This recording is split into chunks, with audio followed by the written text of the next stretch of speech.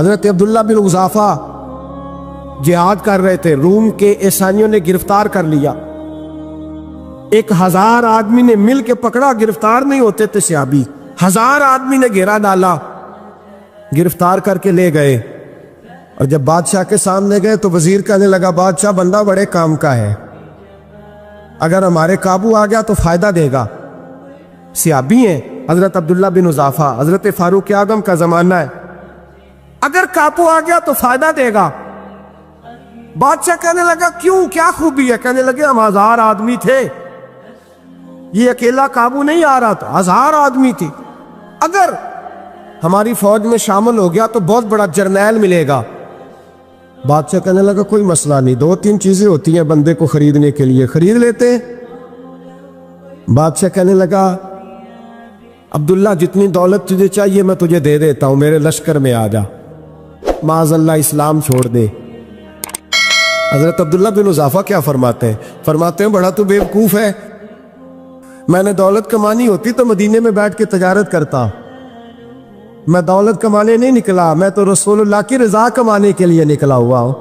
دولت کمانی ہوتی تو کسی مارکیٹ میں ہوتا، میدان میں آنا تو شہادت ہے مطلوب مقصود مومن، نہ مال غنیمت نہ کشور کشائی، یہ دولت تو لونڈی ہے رسول اللہ کے دروازے کی، یہ تو پیچھے پیچھے پھرتی ہے نبی پاک کے غلاموں، یہ کمانی ہوتی تو میں کسی مارکیٹ میں ہوتا، میدان میں تھوڑا ہوتا۔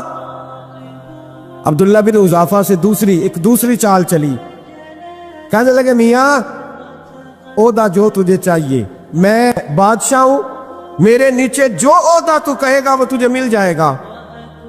حضرت عبداللہ بن حذافہ کہنے لگے شاید تجھے پتہ نہیں میری تعریف کیا ہے، شاید تو جانتا نہیں میری تعریف کیا ہے۔ کہا صاحب کی کیا تعریف ہے؟ کہنے لگے میں رسول اللہ کا صحابی ہوں، اور کائنات میں سب سے بڑا عہدہ مصطفیٰ کے صحابی ہونے کا عہدہ ہے۔ صحابہ وہ صحابہ تھے جن کی ہر صبح عید ہوتی تھی، خدا کا قرب حاصل تھا، نبی کی دید ہوتی تھی۔ فرمایا میں نے حضور کے جلوے دیکھے ہوئے ہیں، مجھے عہدے کی ضرورت ہی نہیں، اور میں نے عہدہ لینا ہوتا تو میں سیاست کرتا، میں تو شہادت لینے نکلا ہوں میدان میں، عہدے کا میں نے کیا کرنا ہے؟ اب بادشاہ کہنے لگا اسے قتل کر دو، وزیر کہنے لگا نہیں، ایک بات اور ہے، مجھے ایک چال اور چلنے دو۔ کہا وہ کیا؟ کہنے لگے میری بیٹی بڑی خوبصورت ہے، مجھے موقع دو، اپنی بیٹی کو سجا بنا کے، وہ جوان جس کی جوانی اتنی بڑی ہے کہ 1000 آدمی مقابلے میں کھڑا نہیں ہوتا، اس جوان کے کمرے میں رات کی تنہائی میں بنا سوار کے بی بی کو بھیجا۔ وہ بی بی کہتی ہے میں ساری رات بن سور کے اس صحابی کے کمرے میں بیٹھی رہی، لیکن یہ کیا شخص تھا، ساری رات ہی مصلے پہ بیٹھا رہا، ساری رات ہی، کچھ دیر تھک جاتا تو یہ کریم رسول پہ درود پڑھنا شروع کر دیتا۔ بی بی کہتی ہے سحری ہو گئی تو میں نے چھو کے دیکھا کہ انسان ہے کہ جن ہے، یہ بندہ ہے کہ فرشتہ ہے، چھو کے دیکھا، کہنے لگے پیچھے ہٹ جا۔ میں نے کہا میں نے تو سنا تھا تو 1000 کے مقابلے میں ہے، اور تو اتنا بے حس ہے کہ بنی سوری دلہن بیٹھی ہے، تو نے نظر نہیں کی؟ عبداللہ بن حذافہ، بی بی کہتی ہے نظر پھر نہیں اٹھائی، نظر پھر جھکی ہوئی ہے۔